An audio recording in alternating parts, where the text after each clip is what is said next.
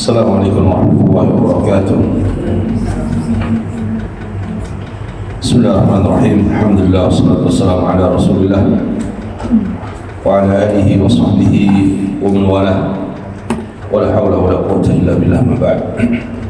Para ummahat, para akhwat yang dimuliakan Allah tabaraka wa taala, kembali kita diberikan kemudahan oleh Allah untuk bermajlis ilmu di pagi yang berbahagia ini. Mudah-mudahan Allah tabaraka wa taala memberikan taufik kepada kita semuanya dan memberikan ilmu yang bermanfaat. Dan kita akan melanjutkan pada hadis yang ke-14, sahih 14, halaman 117. Baik.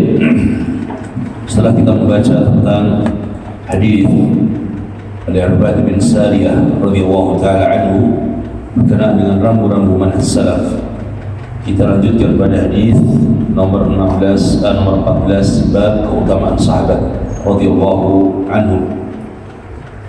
Para ulama menyebutkan tentang hadis-hadis keutamaan para sahabat di dalam banyak kitabnya, baik dalam Sahih Bukhari, Sahih Muslim, dan kitab-kitab hadis yang lainnya. Begitu juga para ulama dalam kitab-kitab akidah.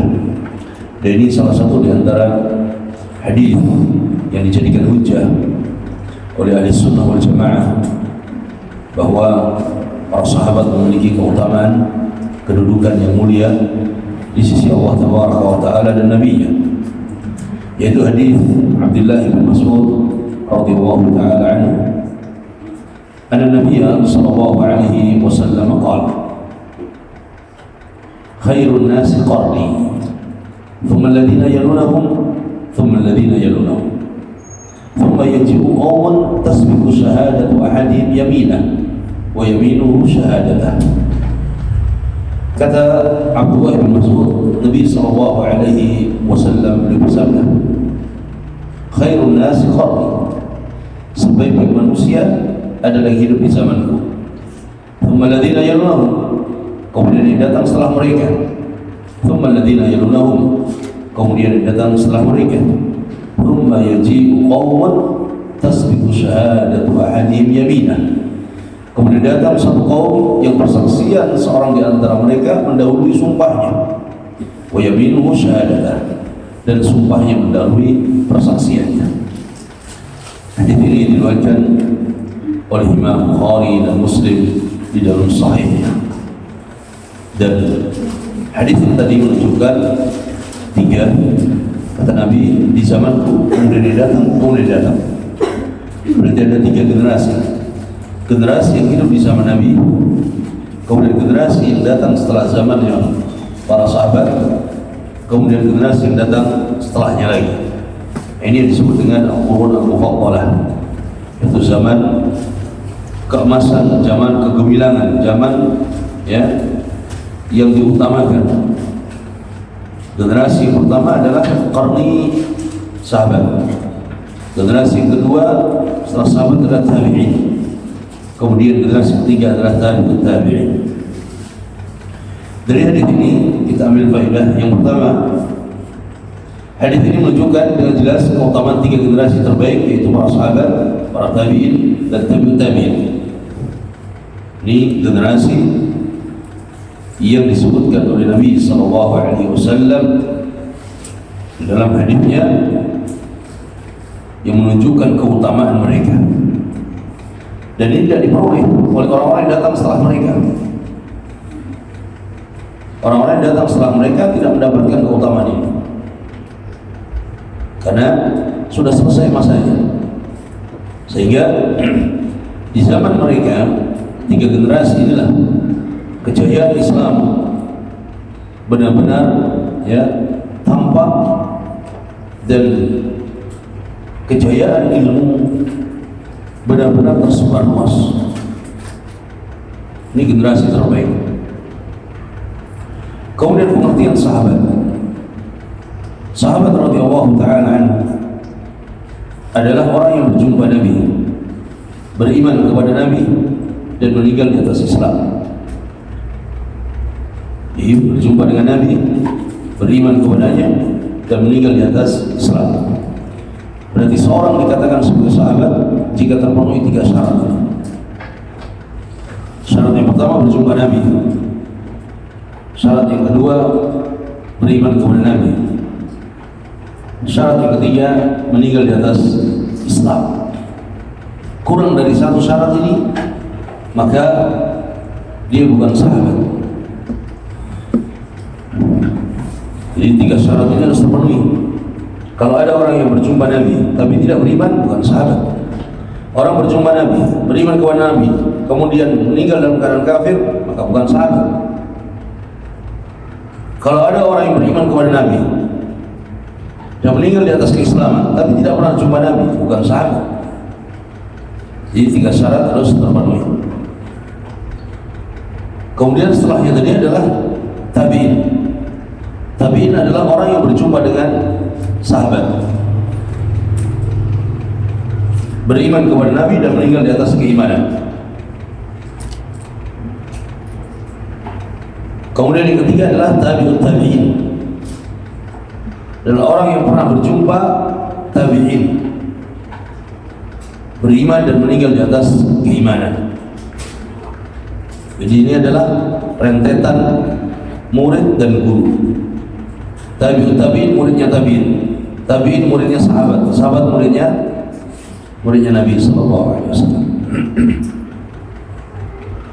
Kemudian yang ketiga, para sahabat radhiyallahu anhum adalah manusia terbaik setelah para nabi dan rasul. Mereka manusia pilihan yang dipilih oleh Allah Subhanahu wa taala untuk menemani nabinya. Mereka mengambil ilmu langsung dari nabi.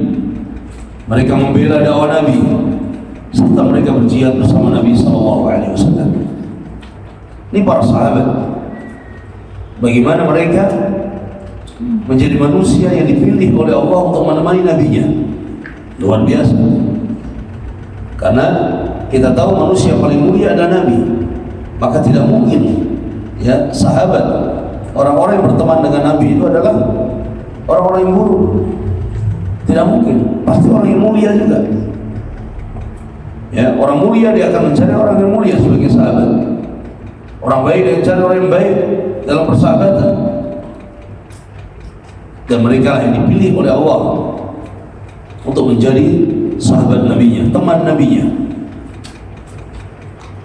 Mereka mengambil ilmu dan belajar langsung dari Nabi. Para sahabat duduk di majelis Nabi, mendengar khutbah Nabi, mendengar mau'izah Nabi.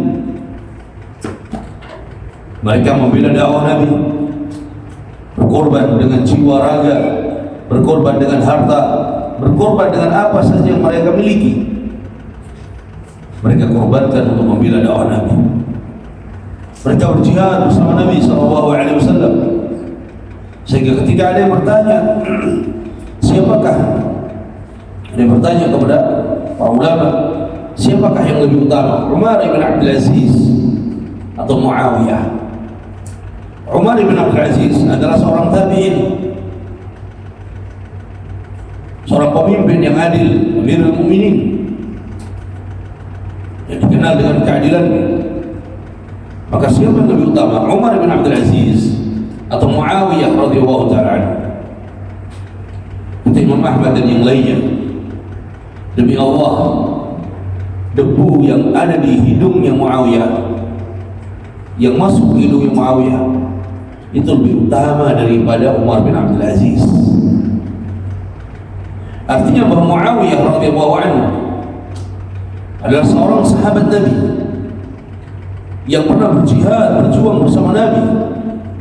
Maka tidak bisa dibandingkan dengan seorang tabi'in. Semulia apapun tabi'in itu, seorang sahabat akan lebih tinggi derajatnya, keutamaannya di sisi Allah Tabaraka wa Ta'ala. Terlebih Muawiyah adalah seorang khalifah, pemimpin. Muawiyah adalah katibul wahyi, pencatat Al-Quran, pencatat wahyu. Muawiyah didoakan oleh Nabi SAW dengan kebaikan. Maka apalagi ya dengan orang-orang yang lain yang selain sahabat, Muawiyah jauh lebih utama. Karena itu para sahabat mereka mengambil ilmu langsung dari Nabi, membela dakwah Nabi, berjihad bersama Nabi. Ini tidak diperoleh oleh orang-orang yang datang setelahnya. Umar bin Abdul Aziz tidak pernah berjumpa Nabi, tidak pernah mendengar ilmu dari Nabi, tidak pernah berjihad bersama Nabi. Kemudian yang keempat, orang yang paling paham tentang Al-Quran dan Sunnah setelah Nabi SAW adalah sahabat radhiyallahu anhu. Mereka orang yang paling paham tentang Al-Quran. Karena wahyu turun, mereka hadir di zaman Nabi. Mereka menyaksikan wahyu turun. Mereka langsung mendengarkan Al-Quran dari Nabi. Mereka faham. Dan mereka yang paling faham tentang hadis Nabi. Mereka langsung mendengar dari lisan Nabi SAW. Sehingga pemahaman mereka para sahabat dalam agama harus didahulukan dan diikuti. Karena mereka telah diridhai oleh Allah dan Rasulnya. Mereka jauh lebih berilmu dari orang yang datang setelahnya. Sehingga ilmu, pemahaman dan manhaj yang dibawa oleh para sahabat harus lebih diutamakan. Allah telah ridha kepada mereka. Maknanya keridhaan Allah bukan hanya pada keimanannya, tapi juga pada ilmunya, pada pemahamannya. Maka mencakup keridhaan Allah kepada para sahabat adalah seluruhnya. Allah ridha tentang imannya, Allah ridha tentang amalnya, Allah ridha tentang jihadnya, Allah ridha tentang ilmunya, pemahamannya, manhajnya. Kemudian yang kelima, Syekhul Islam Ibnu Taimiyah rahimahullah berkata, bagaimana sikap ahli sunnah terhadap para sahabat Nabi SAW. Kata beliau, termasuk dari prinsip pokok ahli sunnah wal jamaah adalah menjaga hati dan lisan mereka. Kita yang mengaku sebagai ahli sunnah maka wajib menjaga hati dan lisan kita untuk tidak mencela dan membenci para sahabat. Hilangkan kebencian, kedengkian di dalam hati kita kepada para sahabat. Hilangkan, bersihkan. Karena seorang mukmin yang benar-benar beriman, yang bersih keimanannya, maka tidak akan terbesit di dalam hatinya kebencian, kedengkian kepada para sahabat. Maka ini pokok prinsip ahli sunnah. Dari mana kita tahu bahwa si fulan itu benci sahabat? Kebencian itu di dalam hati, tetapi nampak dalam lisannya, nampak dalam tulisannya. Kita tidak tahu hati seorang, tapi kita tahu dari lisannya. Lisan dia mencela sahabat, lisan dia merendahkan sahabat, lisan dia melaknat sahabat, mengkafirkan sahabat. Maka itulah isi hatinya. Tulisan dia merendahkan sahabat, mencemooh sahabat, itulah isi hatinya. Karena kalau hatinya itu baik, hatinya itu bersih terhadap para sahabat, maka dia akan mengeluarkan kata-kata yang indah untuk para sahabat. Dia akan mengeluarkan doa-doa yang indah untuk para sahabat Nabi Sallallahu Alaihi Wasallam. Maka kita bisa lihat bagaimana kaum Syiah Rafidhah. Mereka adalah orang-orang yang kotor hatinya terhadap para sahabat. Kedengkian mereka dan kebencian mereka kepada para sahabat sudah tidak bisa diobati. Seakan-akan sudah mati hati mereka. Karena hari-hari lisan mereka adalah melaknat para sahabat. Zikir mereka sehari-hari adalah mencela, melaknat, dan melaknat para sahabat. Itu zikir mereka. Dan kita ahli sunnah harus menjaga lisan kita dengan cara tidak merendahkan, tidak mencemooh, tidak melaknat, tapi malah kita mendoakan kebaikan untuk para sahabat. Menjaga hati kita, tidak membenci para sahabat, tidak dengki kepada para sahabat. Mereka adalah umat yang telah dipilih oleh Allah untuk menemani nabinya. Mereka adalah golongan manusia yang diridhai oleh Allah. Kemudian yang keenam, ahli sunnah bersikap pertengahan terhadap para sahabat radhiyallahu anhu di antara firqah-firqah sesat, ya, Syiah Rafidhah dan Khawarij Nawasib. Syiah Rafidhah mereka hulu kepada sebagian sahabat itu Ahlul Bait, dan mereka membenci dan melaknat mayoritas para sahabat, bahkan mengkafirkannya. Sebaliknya Khawarij dan Nawasib, mereka membenci, merendahkan sebagian sahabat, ya, merendahkan sebagian sahabat, bahkan menuduh sebagian sahabat keimanannya hanya di lisan, bukan dalam hati. Seperti tuduhan kaum Khawarij kepada Muawiyah, kepada ayahnya Abu Sufyan, kepada Abu Musa al-Asy'ari, kepada Amr bin As. Mereka merendahkan dan mencela sebagian sahabat. Ini dua firqah yang menyesatkan, dua firqah yang memusuhi sahabat Nabi SAW sampai hari ini,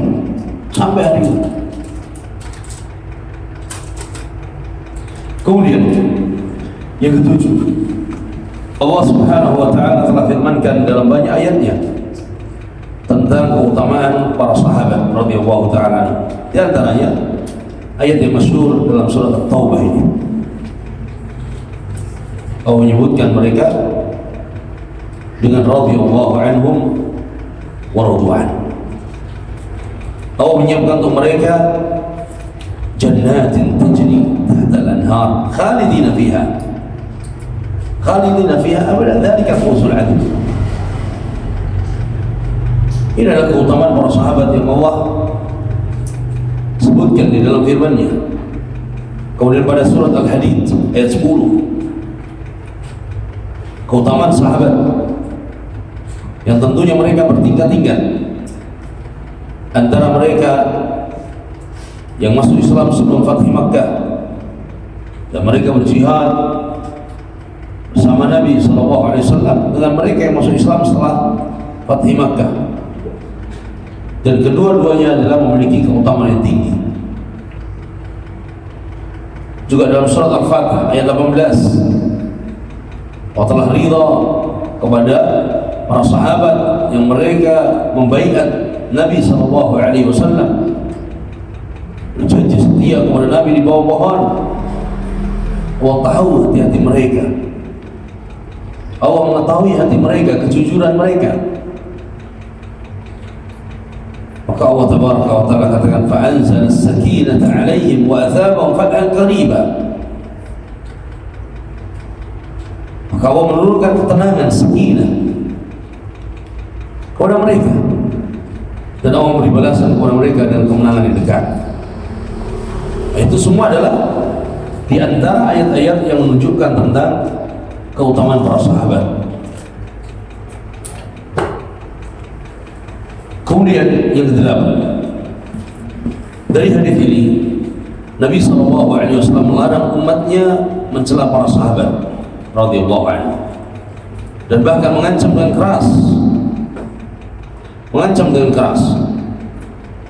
la tasubbu ashabi walau anna ahadakum anfaqa mithla uhudin dhahaba ma balagha mudda ahadihim wala nasifah. Nabi sudah melarang, jangan kalian mencela sahabat, karena bandingannya bahwa infak yang dilakukan oleh para sahabat, meskipun hanya 1 mud atau setengah mud dari gandum atau dari kurma, tidak bisa dibandingkan, ya, dengan infaknya orang-orang yang datang setelah mereka, meskipun dengan emas sebesar gunung Uhud sekalipun. Ini keutamaan yang tidak diperoleh oleh orang-orang yang datang setelah para sahabat. Ya, orang mau berinfak sebesar gunung Uhud, ya, berupa emas, tidak bisa memperoleh dan menyamai infaknya para sahabat radhiyallahu ta'ala anhum.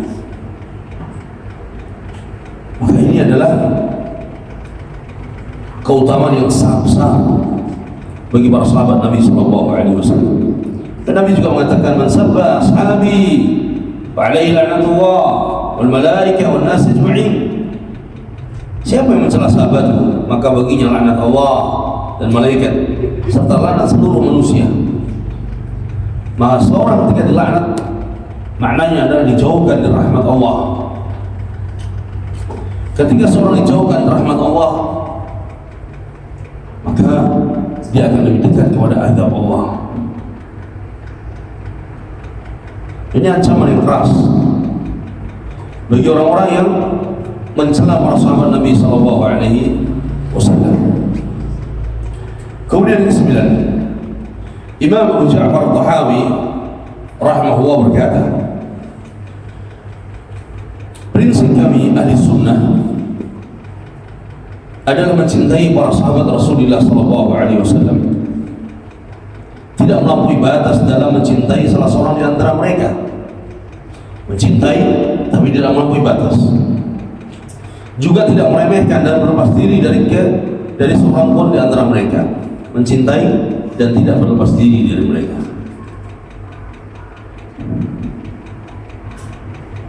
Kami membenci siapa saja yang membenci mereka. Kalau ada orang yang membenci sahabat, maka kita harus membencinya. Kalau ada orang yang membenci sahabat, maka kita harus membenci orang yang membenci tersebut. Ya, kami membenci siapa saja yang membenci mereka. Siapa saja yang membenci sahabat dan yang menyebut mereka dengan keburukan. Kalau ada orang yang menyebut sahabat Nabi dengan keburukan, maka kita harus membenci orang tersebut. Setelah kami tidak akan menyebut para sahabat kecuali dengan sebutan kebaikan. Itu tugas kita, kewajiban kita. Mencintai para sahabat adalah agama, ajaran agama, adalah keimanan, menambah keimanan, adalah ihsan, perbuatan yang sangat mulia. Sedangkan membenci para sahabat adalah kufuran, kemunafikan dan melampaui batas. Para sahabat radhiyallahu taala anhu, mereka orang yang layak dan paling berhak untuk dicintai, untuk dibela, untuk dijaga. Jadi seperti yang diungkapkan oleh Imam Abu Ja'far Tahawi dalam Aqidahnya. Kemudian selanjutnya, bahwa kita wajib membenci orang yang membenci sahabat.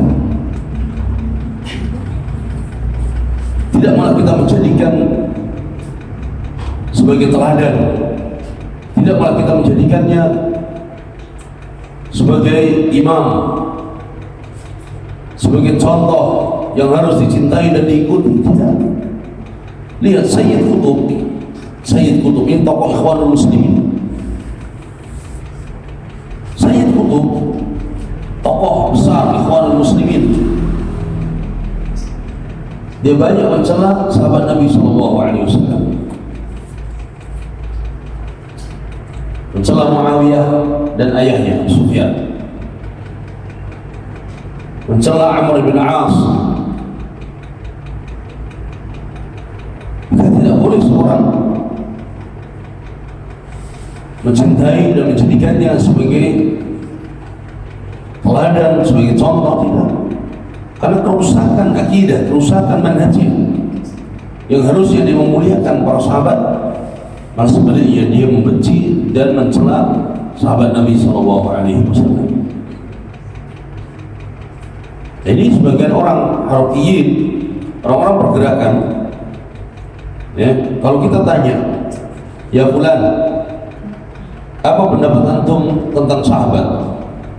Orang haroki kalau dia belajar ilmu, dia akan mengatakan, Masya Allah, sahabat itu adalah orang yang mulia, sahabat adalah manusia pilihan, sahabat adalah orang yang diridhai oleh Allah. Kita tanya lagi, ya fulan, apa pendapatmu kalau ada orang yang mencela sahabat Nabi? Pasti dia akan marah. Dengan fitrahnya dia akan marah. Tidak benar itu. Dia tercela, dia diragukan keimanannya. Dia. Ya fulan, tahukah siapa di antara orang yang mencela sahabat Nabi SAW? Siapa? Dia akan bertanya dan ingin tahu siapa di antara yang mencela sahabat Nabi di zaman kita ini adalah Sayyid Qutb di dalam kitabnya. Oh, itu kayaknya waktu itu dia begini. Oh, dia kan mungkin istihad. Oh, dia akan mencari 1000 alasan untuk membela tokohnya. Dia akan mencari semua alasan untuk membela tokohnya. Ini penyakit dan virus fanatik terhadap tokoh. Kenapa? Karena ini bukan perkara ijtihad. Ini perkara akidah, ini perkara manhaj, bukan perkara ijtihad. Ini perkara yang membedakan antara seorang ahli sunnah dengan ahli bidah. Ini membedakan antara seorang mukmin yang benar-benar yang menjaga keimanannya atau mukmin yang dia memiliki kebencian, kedengkian dalam hatinya kepada sahabat Nabi sallallahu alaihi wasallam. Jadi ya, di antara contoh kalau kita ingin melihat seorang yang benar-benar ya akidahnya benar, manhajnya benar, coba ditanya seperti ini. Kenapa dia tidak lebih ghirah, memiliki semangat dan memiliki kecemburuan kepada para sahabat? Kenapa dia tidak membela sahabat, malah dia lebih membela tokohnya? Itu terjadi. Dulu saya pernah tanya seperti itu. Ada seorang ya pergerakan yang dia fanatik sekali. Kemudian dia tidak percaya karena dia tidak pernah baca bukunya tokohnya sendiri. Dia nggak tahu kalau itu ada di dalam kitab-kitab mereka. Dan tidak ada yang pernah mengkritik dari kelompok mereka sendiri, dari kaum muslimin sendiri. Seakan-akan itu hal biasa. Sangat biasa ini para sahabat Nabi sallallahu alaihi wasallam. Kemudian selanjutnya, para sahabat radhiyallahu anhum memiliki hak yang harus ditunaikan oleh umat ini. Para sahabat memiliki hak yang harus ditunaikan oleh umat ini. Di antaranya adalah mencintai mereka. Kita wajib mencintai para sahabat. Kemudian meyakini keutamaan dan keadilan para sahabat. Meyakini keutamaan dan kejujuran.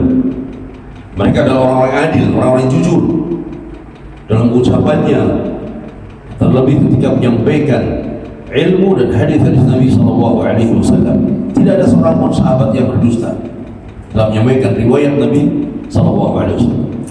Kemudian meyakini bahwa keutamaan di antara mereka, di antara para sahabat bertingkat-tingkat sesuai nas syar'i. Para sahabat memiliki keutamaan di sisi Allah dan Rasulnya. Tetapi keutamaan itu bertingkat-tingkat. Tentu keutamaan Abu Bakar berbeda dengan keutamaan sahabat yang lainnya. Umar berbeda dengan sahabat yang lainnya. Wahakala. Setiap mereka ya memiliki keutamaan. Di antara mereka ada yang memiliki keutamaan yang demikian dan demikian. Sehingga lihat bahwa al-muhajirun lebih utama daripada al-ansar. Mereka beriman sebelum Fatih Makkah lebih utama daripada yang beriman setelah Fatih Makkah. Ya, mereka berjihad pada perang Badar lebih utama daripada yang tidak ikut berjihad. Wahakala. Keutamaannya bertingkat-tingkat. Dan semuanya memiliki keutamaan. Kemudian senantiasa menyebut dan menyebarkan kebaikan mereka serta memujinya. Ini kewajiban kita, menyebarkan kebaikan, menyebut para sahabat dengan sebutan yang baik, memuji para sahabat, kemudian bersaksi bahwa mereka semua berhak mendapatkan rahmat Allah Subhanahu wa taala dan surganya secara umum, dan bersaksi secara khusus terhadap mereka yang dijamin dengan surga Nabi sallallahu alaihi wasallam. Jadi para sahabat secara umum telah dijamin dengan surga. Ya, jadi seperti yang disebutkan oleh Allah dalam firman-Nya, ya, bahwa semua mereka dijamin dengan kebaikan, husna, dan husna itu adalah surga. Kata Imam Ibnu Hazm Al-Dhahiri rahimahullah bahwa semua para sahabat telah dijamin surga. Akan tapi sebagian sahabat tersebut ada yang disebutkan namanya satu persatu. Maka kita bersaksi sesuai dengan yang dikhabarkan oleh Nabi. Al-Ashrul Mubasysyirin, mereka disebutkan oleh Nabi sallallahu alaihi wasallam satu persatu namanya. Abu Bakar fil jannah, Umar fil jannah, Utsman fil jannah, dan Ali bil jannah, Sa'ad bil jannah, Sa'id bil jannah, Zubair bil jannah, Rahman bil jannah, Talha bil jannah, Uqasyah bin Mahsan bil jannah, ya, dan sahabat-sahabat yang lain yang disebutkan Nabi sallallahu alaihi wasallam dalam ayat wa kullu wa'adallahu al-husna, dan semua sahabat dijanjikan al-husna, kebaikan, yakni surga. Itu secara umum, tapi secara khusus sesuai dalam hadis Nabi yang kita sebutkan tadi. Kemudian mendoakan kebaikan dan memohonkan ampun kepada Allah Subhanahu wa taala untuk mereka. Allah firmankan, ya, walladzina ja'u min ba'dihim yaqulun, dan orang-orang yang datang setelah mereka, setelah para sahabat, mereka berdoa, Rabbana ighfir lana wa li ikhwanina alladhina sabaquna bil iman wa la taj'al fi qulubina ghillan lil ladzina amanu rabbana innaka ra'ufur rahim. Mereka para sahabat, ketika kita menyebut nama mereka, radhiyallahu anhu, radhiyallahu anha, radhiyallahu anhum, kemudian menjaga lisan dari membicarakan kesalahan mereka, karena kebaikan yang mereka miliki jauh lebih banyak. Kalau ada kesalahan dari individu sahabat, kita jaga lisan kita untuk tidak membicarakan kesalahan tersebut. Kesalahan-kesalahan yang dilakukan oleh sebagian sahabat dibanding dengan kebaikan, dibanding dengan tabungan kebaikan yang mereka miliki, jauh kebaikan mereka lebih luas, lebih banyak, lebih utama, sehingga kesalahan dari sebagian individu sahabat tersebut bisa terhapuskan. Kemudian menjaga lisan dari fitnah yang pernah terjadi di antara sebagian sahabat radhiyallahu anhum. Apa yang pernah terjadi? Fitnah terjadi di antara mereka, maka mereka semuanya beristihad. Yang benar dapat 2 pahala, yang salah dapat 1 pahala, dan kita yang datang setelahnya tidak ikut serta di dalam membicarakan fitnah di antara mereka.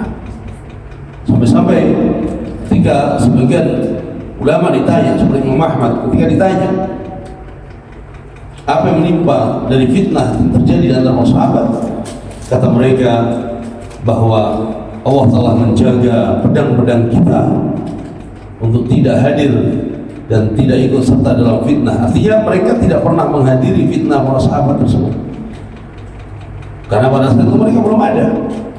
Maka kewajiban kita adalah menjaga lisan dan hati kita untuk tidak menyakiti para sahabat.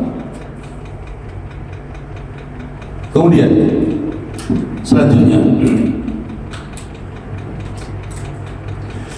membenci siapa saja yang membenci mereka dan membantah kedustaan yang dinisbatkan kepada para sahabat. Kita harus siap untuk membenci orang yang membenci para sahabat, karena ini bentuk, ya, baro'ah kita. Kita memiliki akidah al-wala wal bara'. Wala kita, kecintaan kita, loyalitas kita kepada para sahabat karena mereka telah dipuji oleh Allah. Bara' kita dapat lepas diri dari orang-orang yang membenci para sahabat, orang-orang yang melaknat para sahabat. Kemudian meneladani mereka dan menjadikan petunjuk mereka sebagai prinsip dalam beragama. Ini adalah di antara hak yang harus kita tunaikan, karena mereka para sahabat radhiyallahu taala anhum dipilih oleh Allah untuk menemani nabinya, dipilih oleh Allah untuk belajar langsung kepada nabinya, dan dipilih oleh Allah untuk menyebarkan risalah nabinya. Maka mereka adalah contoh terbaik bagaimana mereka melihat langsung praktek Nabi. Maka mereka adalah contoh terbaik bagaimana yang pernah mereka praktekkan di hadapan Nabi SAW, dan itu yang harus kita jadikan contoh dan teladan dalam beragama. Karena itu Allah perintahkan kita, wattabi' sabila man anaba ilaihi, dan ikutilah orang-orang yang kembali kepada Aku. Imam Al-Qayyim rahimahullah ta'ala mengatakan, dan ikutilah para sahabat Nabi SAW dalam akidahnya, ucapannya, amaliyahnya, karena mereka adalah orang-orang yang kembali kepada Allah Tabaraka wa Ta'ala. Ini teladan dan contoh yang harus kita ikuti, kita jadikan petunjuk pemahaman mereka, keilmuan mereka. Sebagaimana wasiat Nabi SAW, "Fa'alaikum sunnati, sunnatil khulafa'ir rasyidin al-mahdiyyin min ba'di." Pada hadis yang lalu. Sebagaimana dalam hadis yang lain yang mengatakan, "Ma ana 'alaihi wa ashabi." Ma ana 'alaihi wa ashabi, seperti aku dan sahabatku. Maka contoh dan teladan dari Nabi dan dari para sahabatnya. Kemudian di zaman sahabat radhiyallahu anhum muncul firqah Khawarij. Nah, di zaman sahabat muncul firqah Khawarij. Ada yang mengatakan di masa Utsman radhiyallahu taala ketika dia memprovokasi rakyat untuk memberontak dan mengepung rumahnya Utsman sampai membunuh Utsman, ini adalah awal pergerakan munculnya kaum Khawarij. Ada yang mengatakan bahwa mereka bermula di saat masa khilafah Ali bin Abi Thalib. Mereka melakukan pemberontakan kepada Khalifah Ali bin Abi Thalib. Jadi di zaman sahabat muncul firqah Khawarij. Nah, kemudian juga Syiah Rafidhah. Mereka yang mengkultuskan Ali, mereka yang hulu kepada Ali bin Abi Thalib. Ini zaman sahabat, sehingga Ali perintahkan untuk membakar mereka, dan mereka pada kabur. Kemudian firqah Qadariyah muncul di kota Basrah. Kemudian datang dua orang tabi'in untuk bertanya kepada Ibnu Umar tentang firqah ini atau tentang madhab ini. Ini terjadi di masa sahabat. Sesuai yang dikabarkan Nabi akan terjadi perselisihan dan perpecahan sepeninggal beliau. Nah, ini Nabi mengatakan, "Fa innahu man ya'ish minkum ba'di fasayara ikhtilafan katsira." Nabi, siapa hidup setelahku nanti dia pasti akan menjumpai perselisihan yang sangat banyak, perpecahan yang sangat banyak. Tapi itu semua tidak mengurangi keutamaan yang dimiliki oleh para sahabat dan dua generasi setelahnya, karena mereka tetap istiqomah di atas manhaj Nabi SAW. Artinya bahwa munculnya firqah-firqah sesat tersebut, tidak ada satupun seorang sahabat ada di barisan mereka. Khawarij yang memberontak Utsman dan memberontak Ali, tidak ada seorang pun dari sahabat Nabi yang ada di tengah-tengah kaum Khawarij. Begitu juga Syiah, tidak ada seorang pun sahabat yang berada di barisan orang-orang yang mengkultuskan Ali, ya, di barisan Syiah Rafidhah. Begitu juga Qadariyah, madhab pemikiran akidah yang tidak diambil dari para sahabat, maka tidak ada seorang pun sahabat yang membenarkan ini. Maka para sahabat, para tabi'in, tabi'in yang benar-benar mengikuti manhajnya para sahabat, maka mereka akan tetap istiqamah di atas manhaj Nabi SAW. Kemudian setelah 3 generasi terbaik, datanglah satu kaum yang tidak bisa dipercaya persaksian dan sumpah mereka, karena banyaknya kedustaan dan firqah-firqah sesat terus bermunculan. Mereka banyak membuat bid'ah dalam keyakinan dan amalan serta kedustaan atas nama Nabi SAW. Maka setelah 3 generasi ini, semakin banyaknya firqah sesat, semakin banyaknya orang-orang yang berdusta, mudahnya mereka berdusta. Ini yang terjadi. Maka orang-orang yang datang setelah 3 generasi, mereka membawa pemikiran yang semakin aneh.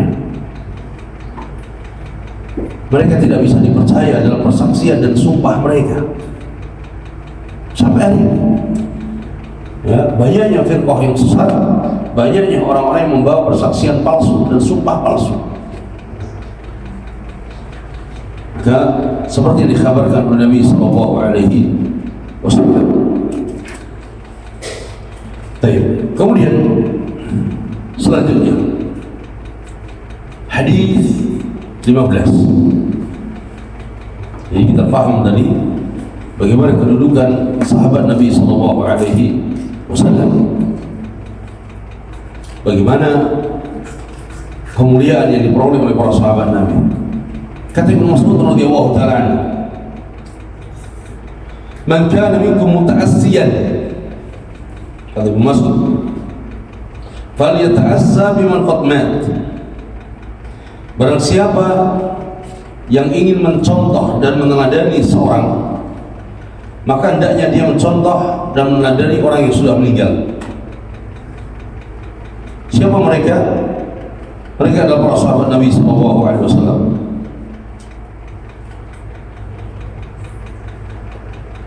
Kenapa diperintahkan untuk meneladani mereka? Karena mereka adalah a'maquhu ilman. Para sahabat Nabi sallallahu alaihi wasallam, para sahabat Nabi sallallahu alaihi wasallam adalah mereka orang yang paling dalam keilmuannya. Kata Ibnu Mas'ud, a'maquha ilman wa kanu abarru hadhihi al-ummati quluban. Mereka orang-orang yang paling baik hatinya, paling bersih hatinya. Wa aqalluha takallufan. Mereka orang yang paling sederhana, tidak terlalu membebani diri. Orang yang sangat sederhana, sederhana di dalam kehidupan sehari-harinya, sederhana ya dalam beramal dengan mengikuti contoh Nabi dan bukan mengada-ada, sederhana. Wa qamuha hadiyan. Mereka orang yang paling lurus petunjuknya. Wa ahsanu halan, keadaan mereka adalah orang yang paling baik. Qauman ikhtarahumullah li suhbati nabiyyi. Mereka adalah satu kaum yang telah dipilih oleh Allah untuk menemani Nabi-Nya. Fa'rifu lahum fadlahum wattabi'uhum bi atharihim. Maka kenalilah keutamaan para sahabat dan ikutilah jejak langkah mereka. Fa innahum kanu 'alal hudal mustaqim. Karena sesungguhnya para sahabat benar-benar mereka berada di atas petunjuk yang lurus.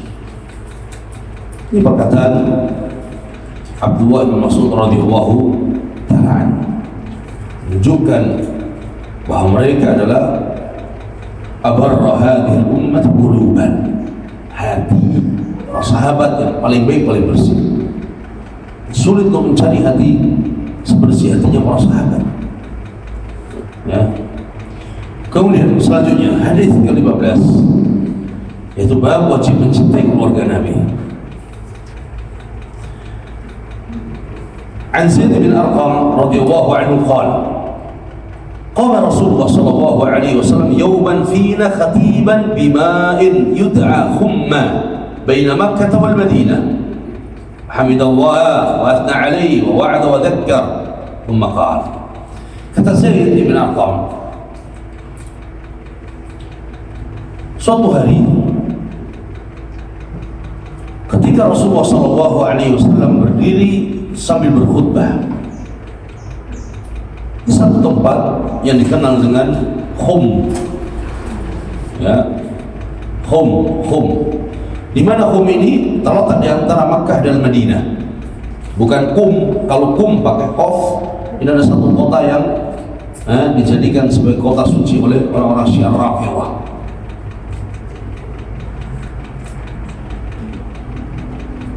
Qala fahamidallah wa athna alaihi wa wa'adha wa dhakkar. Kemudian Nabi sallallahu alaihi wasallam memuji Allah di awal khutbahnya, ya, kemudian menyampaikan nasihat dan peringatan. Kemudian Nabi melanjutkan, amma ba'du, ala ayuhan nas, fa innama ana basharun yushiku an ya'ti rasul rabbi fa ujiba. Wahai manusia, sesungguhnya aku ini manusia, dan aku tahu sudah dekat sekali utusan Allah Subhanahu wa taala itu akan datang kepadaku. Faujibah, maka aku pun akan penuhi. Aku akan datang, aku akan penuhi panggilannya. Siapa utusan Allah itu? Utusan Allah itu adalah malaikat. Aku tahu sebentar lagi utusan Allah yaitu malaikat akan datang, dan aku pun akan siap menyambut kedatangannya, siap untuk mengikutinya. Itu malaikat pencabut nyawa. Mana Nabi sudah merasa bahwa tidak lama lagi. Qala wa ana tarikun fikum thaqalain. Ketahuilah bahwa aku tinggalkan untuk kalian dua perkara yang berat. Awwaluhuma, yang pertama adalah kitabullah. Aku tinggalkan di tengah-tengah kalian adalah Al-Quran. Fihi al-huda wan nur. Dalam Al-Quran ada petunjuk dan cahaya. Fakhudhu bi kitabillah wastamsiku bih. Maka ambillah Al-Quran dan berjadikanlah sebagai petunjuk, berpegang teguhlah dengan Al-Quran.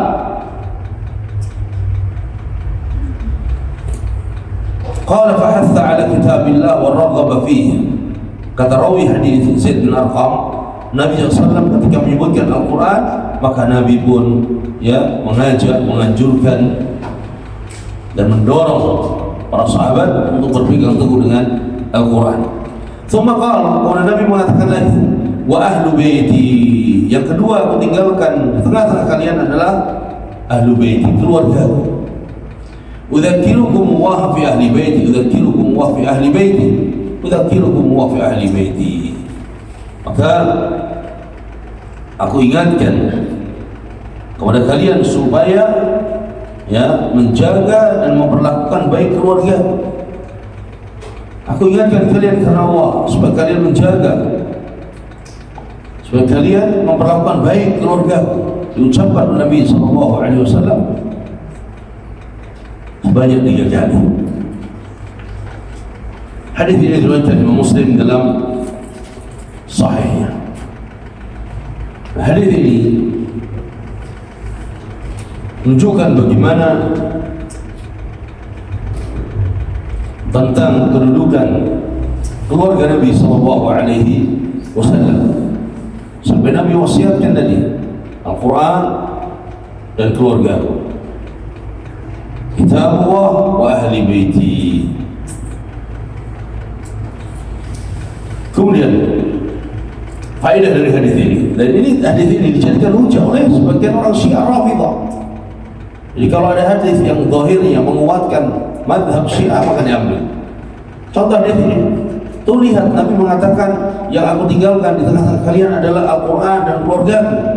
Jagalah, tunaikanlah mereka. Iya, hadisnya sahih, hadisnya sahih. Tapi bukan berarti kemudian kita tidak mengambil dari sunnah Nabi SAW, jadikannya sebagai petunjuk. Kenapa? Karena cukup Al-Quran telah perintahkan dalam banyak ayatnya agar kita berpegang teguh dengan sunnahnya, mengambil sunnahnya, mempelajari, mengamalkan sunnahnya. Begitu juga tentang keluarga Nabi SAW. Sedangkan orang Syiah, mereka tidak mengambil Al-Quran, tidak pula mereka mengagungkan para sahabat, tidak pula mengagungkan para ahlul bait Nabi SAW dengan benar. Kemudian faedah dari hadis ini, yang pertama, hadis ini menunjukkan bahwa Rasulullah SAW diwafatkan oleh Allah sebagaimana para nabi dan rasul sebelumnya. Nabi meninggal tidak? Meninggal. Dalam kehidupan dunia Nabi meninggal. Apakah Nabi bangkit di hari tertentu? Tidak, abadan, tidak. Tidak ada yang meyakini bahwa Nabi bangkit di hari-hari tertentu, kecuali mereka kaum sufiyah, orang-orang sufi yang mereka hulu kepada Nabi SAW. Sampai di antara mereka mengatakan Nabi datang setiap malam ihtifal maulid Nabi. Mereka mengatakan, sebenarnya mereka tokohnya mengatakan, ketika kami ziarah kubur Nabi, Nabi mengeluarkan tangannya haula wala quwwata illa billah. Ini adalah khurafat. Ya. Oh, firmankan innaka mayyitun wa innahum mayyitun. Sesungguhnya kamu wahai Nabi akan mati, dan sesungguhnya mereka akan mati pula. Kita akan mati sebagaimana para nabi mati. Begitu juga orang-orang setelah kita. Dan Nabi SAW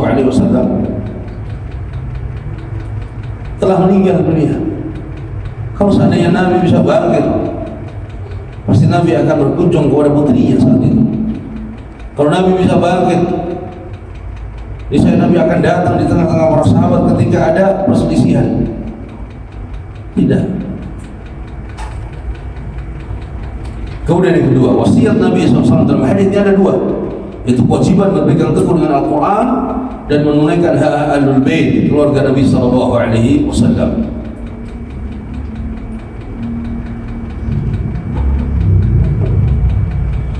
Kemudian dalam hadis lain, Nabi SAW mewasiatkan dengan dua hal, yaitu berpegang teguh dengan Al-Quran dan Sunnah. Ya, seperti hadis, taraktu fikum syai'ain in tamassaktum bihi ma lan tadillu abada, kitabullah wa sunnati. Aku tinggalkan untuk kalian dua hal, Al-Quran dan Sunnah. Kalian berpegang dengannya, kalian tidak akan pernah tersesat selamanya. Ini tidaklah bertentangan antara dua hadis tersebut, tetapi saling menguatkan. Karena di dalam Al-Quran dan Sunnah terdapat perintah menjaga hak keluarga Nabi SAW. Meskipun tidak disebutkan Sunnah di dalam hadis ini Zaid bin Arqam, maka kewajiban berpegang kepada Sunnah sudah ada di dalam Al-Quran. Kalau seandainya tidak disebutkan oleh Nabi untuk menjaga, menunaikan hak keluarganya, ya, seperti dalam hadis Al-Quran dan Sunnah, maka di situ sudah ada perintah untuk menunaikan dan menjaga hak para sahabat Nabi dan keluarganya, seperti dalam ayat yang lain dan hadis-hadis Nabi SAW yang lain. Kemudian itu, hadis ini menjelaskan kedudukan keluarga Nabi. Maka wajib bagi umat ini untuk mencintai mereka dan memuliakannya sesuai dengan bimbingan Nabi SAW. Jadi memuliakan, mencintai keluarga Nabi, tidak hulu, tidak melampaui batas, tidak mengangkat mereka dan meyakini bahwa mereka memiliki, ya, apa istilahnya, dapat mendatangkan manfaat, mencegah madarat dan sebagainya. Tidak, kewajiban kita hanya mencintai, memuliakan, doakan kebaikan untuk mereka. Kemudian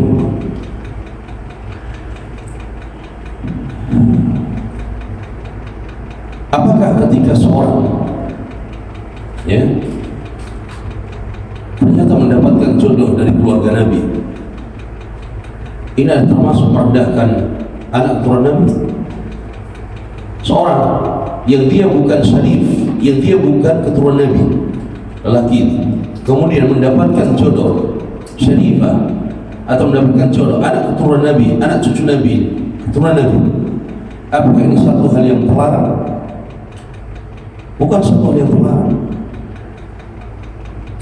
karena Nabi tidak ada larangan, tidak ada larangan dari Nabi. Ya, boleh seorang meskipun bukan keturunan Nabi kemudian dia menikah dengan keturunan Nabi, boleh. Karena dilarang itu adalah ketika seorang menikahi, ya, lelaki yang kafir. Seorang wanita dalam menikahi lelaki yang kafir, tapi selama dia muslim, meskipun bukan keturunan Nabi dan wanitanya adalah keturunan Nabi, maka boleh. Oh, ini tidak sekufu ini. Tidak sekufu ini. Kenapa?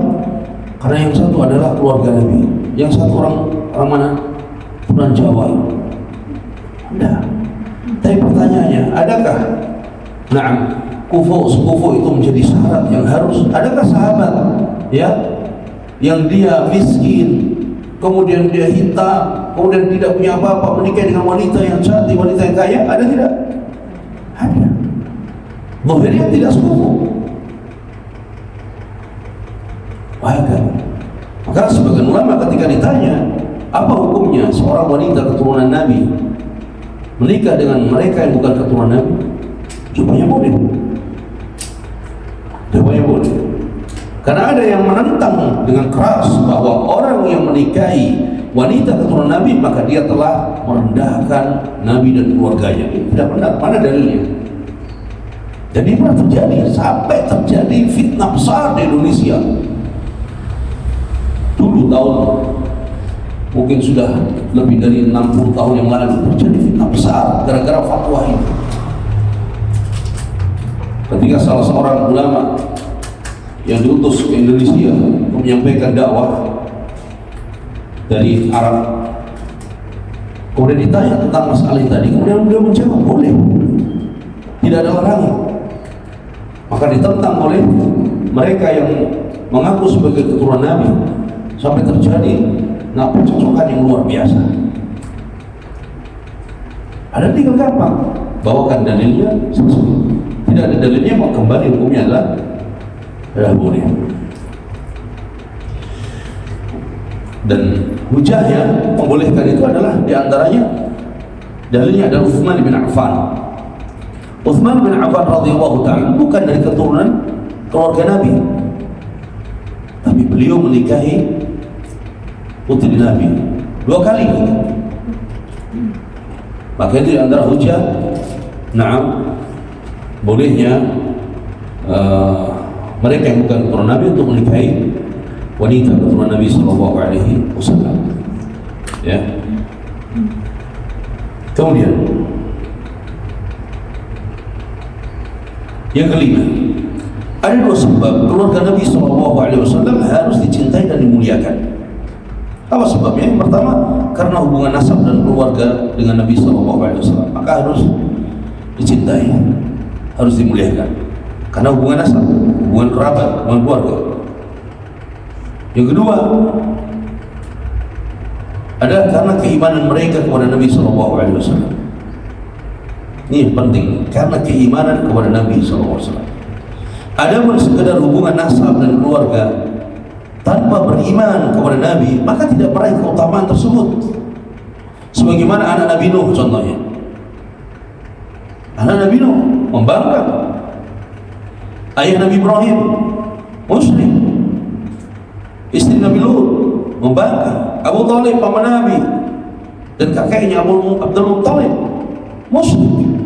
Maka tidak berhak mendapatkan cinta dan kemuliaan meskipun ada hubungannya dengan para anbiya, para nabi. Ya.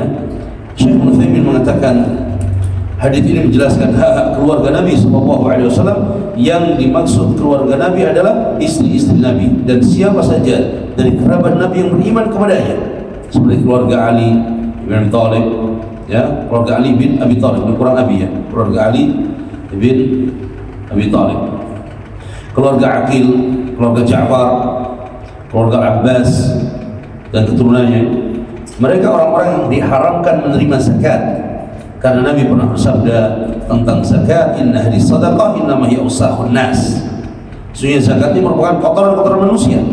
Wa inna la tahillu li Muhammadin wa la li ali Muhammad. Dan zakat tersebut tidak halal bagi Muhammad dan keluarga Muhammad.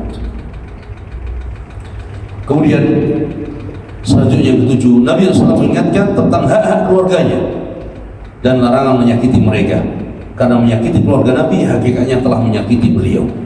Siapa yang menyakiti keluarga Nabi, maka dia telah menyakiti Nabi sallallahu alaihi wasallam. Siapa yang mencela keluarga Nabi, maka dia mencela Nabi sallallahu alaihi wasallam. Kemudian yang kedelapan, di antara prinsip akidah sunnah adalah memuliakan keluarga Nabi dan menaikkan hak mereka serta mendekatkan diri kepadanya dengan mencintai mereka tanpa berlebihan, juga tidak meremehkan hak mereka. Siapa yang menyelisih ini maka bukan dari ahli sunnah. Kita pertengahan, memuliakan pertengahan, tidak meremehkan, tidak merendahkan, tapi juga tidak hulu melampaui batas. Ini ahli sunnah. Dan Allah memuji Ahlul Bait di dalam ayatnya, di antaranya dalam surat Al-Ahzab dan surat Hud, ya. atau memuji Ahlul Bait. Kata Allah, innama yuridu Allahu liyudhhiba ankum ar-rijsa ahlal bait wa yutahhirakum tathira. Sesungguhnya Allah bermaksud hendak menghilangkan dosa dari kamu, hai Ahlul Bait, dan membersihkan kamu sebersih-bersihnya. Allah katakan, rahmatullahi wa barakatuhu alaikum ahlal bait innahu hamidum majid. Rahmat Allah dan keberkahannya dicurahkan atasmu, hai Ahlul Bait, sesungguhnya Allah Maha terpuji lagi Maha pemurah. Di antara pujian kepada keluarga Nabi SAW yang mereka beriman kepada Nabi, mereka beriman kepada Nabi. Kemudian Imam Abu Ja'far At-Tahawi rahimahullah berkata, barang siapa yang ucapannya bagus, yakni memuji dan mendoakan baik terhadap para sahabat Rasulullah dan istri-istri beliau yang bersih dari noda, bersih dari noda yang dituduhkan oleh kaum munafik, serta anak cucu Nabi SAW, ya, dan anak cucu beliau yang disucikan dari segala najis, maka dia telah selamat dari kemunafikan. Artinya bahwa orang yang mendoakan dan memuji sahabat dan keluarga Nabi, maka dia selamat dari kemunafikan. Sebaliknya, orang yang lisannya membenci, lisannya mencela, mencaci maki keluarga Nabi dan istri Nabi serta sahabat Nabi, maka itulah bukti dan tanda kemunafikannya. Kemudian yang ke-11, yang terakhir 11, barang siapa yang memahami hadis ini dan wasiat Nabi, maka tidak mungkin bergandeng tangan dengan kaum Syiah Rafidhah yang melaknat istri Nabi. Siapa yang faham hadis ini, maka dia tidak akan menjadikan Syiah Rafidhah sebagai teman, sebagai sahabat, sebagai rujukan bergandeng tangan, karena mereka mencela istri Nabi, mencela Hafsah, mencela Aisyah dengan tuduhan-tuduhan yang sangat, ya, tidak mungkin keluar dari lisan seorang mukmin. Ya, tuduhan dari orang munafik dan orang kafir. Ya, maka siapa yang faham wasiat Nabi ini, faham dengan hadis ini, tidak akan bergandeng tangan dengan kaum Syiah Rafidhah yang melaknat istri Nabi, meskipun dengan alasan untuk membela agama Allah dan kaum muslimin, karena tidak mungkin Allah menurunkan pertolongannya kepada para pelaknat sahabat dan istri Nabi. Maka sadarlah wahai siapa saja yang tertipu dengan makar kaum Syiah Rafidhah.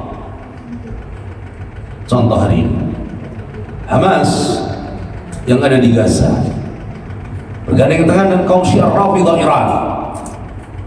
Apa mungkin Allah akan menurunkan pertolongan kepada mereka? Tidak mungkin. Bagaimana mereka bergandeng tangan dengan kaum Syiah Rafidhah, dan mereka adalah pencela para sahabat, mencaci maki para sahabat, melaknat para sahabat dan istri Nabi SAW. Bagaimana mungkin mereka akan membela? Terlebih kaum Syiah Rafidhah, mereka meyakini bahwa Al-Aqsa, Baitul Maqdis itu bukan di Palestina. Lihat apa yang diinfokan oleh sebagian masyayikh, bahwa karena sebab Hamas bergandeng tangan dengan Syiah Rafidhah Iran, dan itu bukan baru kali ini, tapi sudah puluhan tahun yang lalu. Dari puluhan tahun yang lalu mereka sudah bergandeng tangan dan mereka saling memuji, dan mereka menjadikan ayatul Khomeini sebagai rujukan mereka, sebagai rujukan mereka. Apa yang terjadi? Sebagian orang-orang yang tadinya ahli sunnah, orang awam yang ahli fitrah, mereka akhirnya terpengaruh dengan pemikiran Syiah Rafidhah. Nyata terjadi. Tapi apa yang bisa diberikan oleh mereka kaum Syiah Rafidhah? Apa yang diberikan untuk mereka? Apakah bantuan kepada rakyat Palestina, rakyat Gaza? Tidak.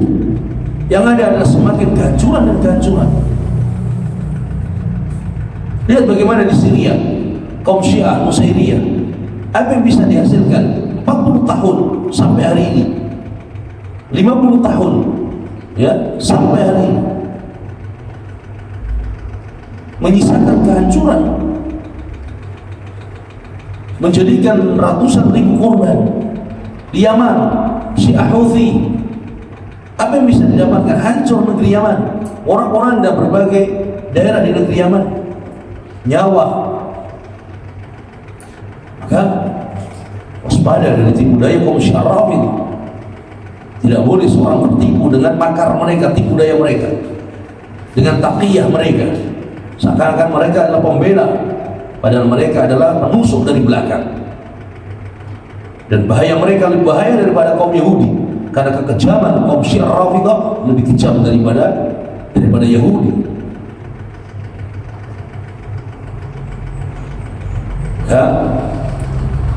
Ya. Jangan sampai kita tertipu dengan mereka. Hadis ini terakhir ini sebagai bantahan terhadap firqah Syiah Rafidhah dan Khawarij Nawasib. Khawarij Nawasib, ya. Wallahu a'lam.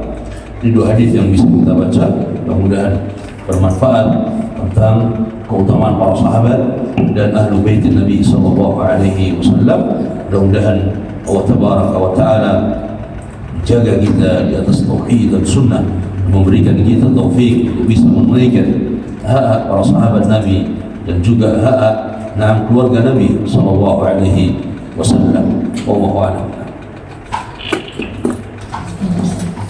Ada pertanyaan Ustaz? Apa Ustaz?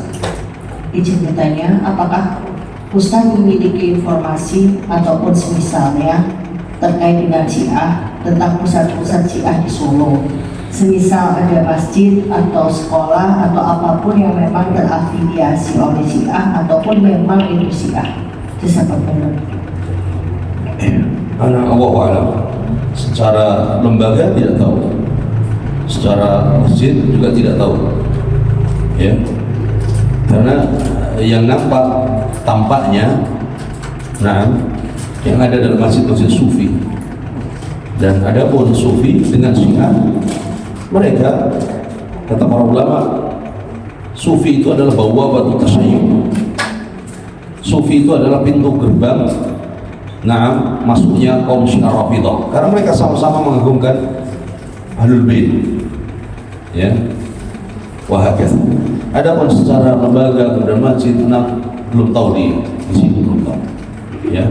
Jadi kalau ada nanti bisa diinfokan, kemudian nanti kita cek benar tidak mereka ini, karena mereka punya taqiyah tadi, ya, punya taqiyah yang tidak menunjukkan di hadapan manusia, tapi hakikatnya mereka adalah Syiah Rafidhah.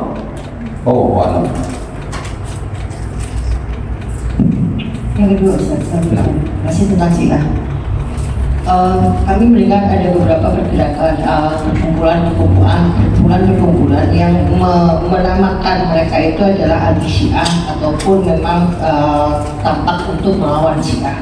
Tetapi orang-orang yang ada di dalamnya itu adalah kebanyakan memang hampir semua adalah dari orang-orang pergerakan. Bagaimana atas hal ini, apakah kami bisa mempercayai apa yang mereka sampaikan terkait dengan tadi, semisal ada informasi masjid atau apapun yang memang berafiliasi Syiah? Yang pertama, kata para ulama, laisa kullu man radda 'ala al-bid'ah wa sunni. Tidak semua orang yang membantah bid'ah itu adalah ahli sunnah. Ini kaidah. Tidak semua yang membantah bid'ah itu adalah ahli sunnah. Contoh Asy'ariyah banyak membantah kaum Mu'tazilah, tapi bukan berarti kemudian Asy'ariyah ahli sunnah, ya. Kemudian kaum Khawarij banyak membantah kaum Syiah, tapi bukan berarti mereka menjadi ahli sunnah, ya. Orang-orang sufi yang mereka bukan dari kelompok Ikhwanul Muslimin, karena di Ikhwanul Muslimin banyak sufi juga, tapi orang-orang sufi yang mereka bukan barisan Ikhwanul Muslimin banyak membantah Ikhwanul Muslimin, tapi ya mereka bukan berarti kemudian menjadi ahli sunnah wal jamaah. Bahkan adanya sebagian kelompok komunitas kemudian mereka membantah kaum Syiah Rafidhah, ya, kemudian memberikan informasi lembaga komunitas Syiah yang ada.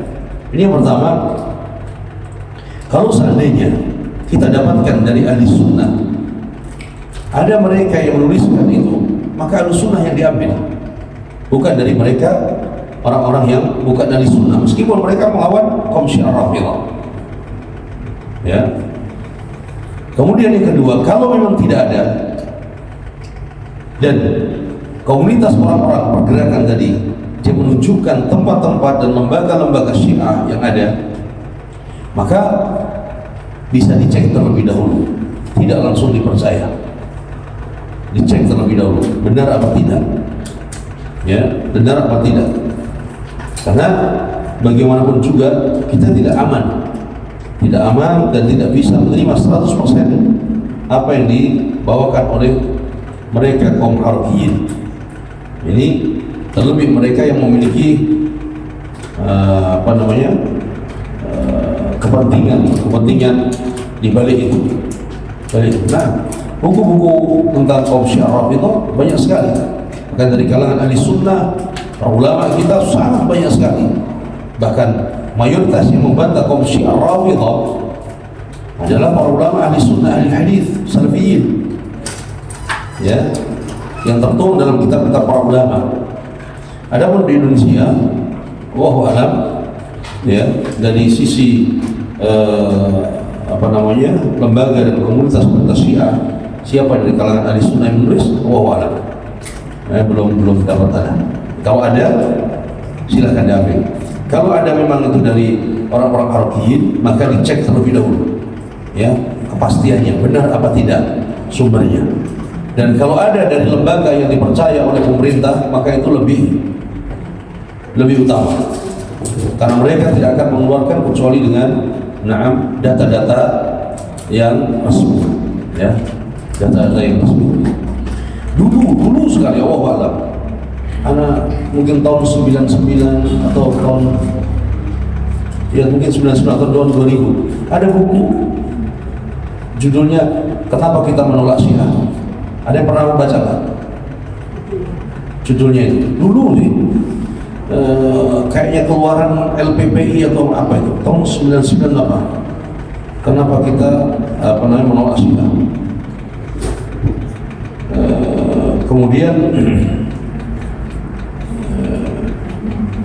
Anda belum tahu yang dari tulisan para asatidzah salafiyin yang menyebutkan tentang lembaga-lembaga Syiah yang ada di Indonesia. Allahu a'lam. Nah, Ustaz, cukup mungkin Ustaz. Apa yang ada info di Solo yang tentang Syiah? Ada di daerah mana? Pernah dengar itu Lazuardi Imani itu pernah dengar Ustaz. Makanya Anda nanya tadi apakah memang ada informasi resmi dari kita teman-teman di Salafi itu kemudian kalau nasional itu seingat Universitas Paramadina di Jakarta itu, karena di dalamnya itu salah satunya ada Nurholis Jalaluddin Ancok itu ya Ustaz. Itu kan memang beliau jelas-jelas memang seperti itu istrinya juga, itu Universitas Paramadina. Kemudian ada beberapa penerbit juga, Mizan yang setahuannya itu Ustaz. Mungkin sekiranya Ustaz ada informasi untuk mengecek itu link seperti itu, mungkin kami bisa dibantu. Kalau yang selama ini kita tahu memang di Jawa Timur, ya, di Bangil ada namanya, siapa yang tahu? Yapi Bangil. Itu memang masyhur dari zaman kita masih mondok dulu di Bangil Pasuruan. Terus di Bandung tuh kalau salah dulu ada Ijabi, ya, Ikatan Jamaah Alubait Indonesia kalau salah. Kemudian di Jakarta apa seperti itu. Intinya tokoh-tokohnya masyhur. Cuman yang hari-hari ini atau zaman-zaman ini setelah siapa tadi itu? Setelah siapa namanya? Dajjal siapa namanya? Dajjal siapa? Setelah ada tokoh-tokoh, ya, yang mereka menggandeng para ulama Syiah untuk datang ke Indonesia dan memberikan seminar-seminar di Indonesia. Ini banyak sekali. Maka hati-hati. Insya Allah ketika kita mencukupkan dengan belajar yang di majelis-majelis ahli sunnah, kemudian kita membaca wawasan tentang firqah-firqah yang sesat seperti Syiah Rafidhah, Khawarij dan sebagainya, insya Allah mudah-mudahan dengan itu Allah menjaga kita. Maka penting, ya, untuk banyak yang mengkaji, mendengar dan membaca, terutama tentang firqah-firqah, supaya kita tidak tersesat. Baca buku Ustaz Yazid, ya, di mulia dengan manhaj salaf itu ada beberapa firqah sesat yang dibawakan oleh Syekh Yazid rahimahullah taala. Mulia dengan manhaj salaf itu di akhir bab beliau bawakan sekian puluh firqah sesat, ya, nanti dibaca dipahami supaya tahu. Beliau menyebutkan secara singkat firqah-firqah tersebut di kitab Mulia dengan Manhaj Salaf. Adapun Ustaz Abdul Hakim Abdan dalam kitabnya Iftiraqul Ummah yang nanti akan dikaji, itu beliau menyebutkan secara singkat saja, secara singkat global, tapi termasuk beberapa firqah yang ada dari dulu dan zaman ini. Tetapi di buku Syekh Yazid yang Mulia dengan Manhaj Salaf itu lebih pembahasannya lebih lagi, ya. Dan kalau bisa, dua-duanya dibaca. Wallahu a'lam. Sallallahu ala nabiyina Muhammad wa ala alihi wa sahbihi wa sallam. Alhamdulillahirabbil alamin. Jazakumullahu khairan. Assalamualaikum warahmatullahi wabarakatuh.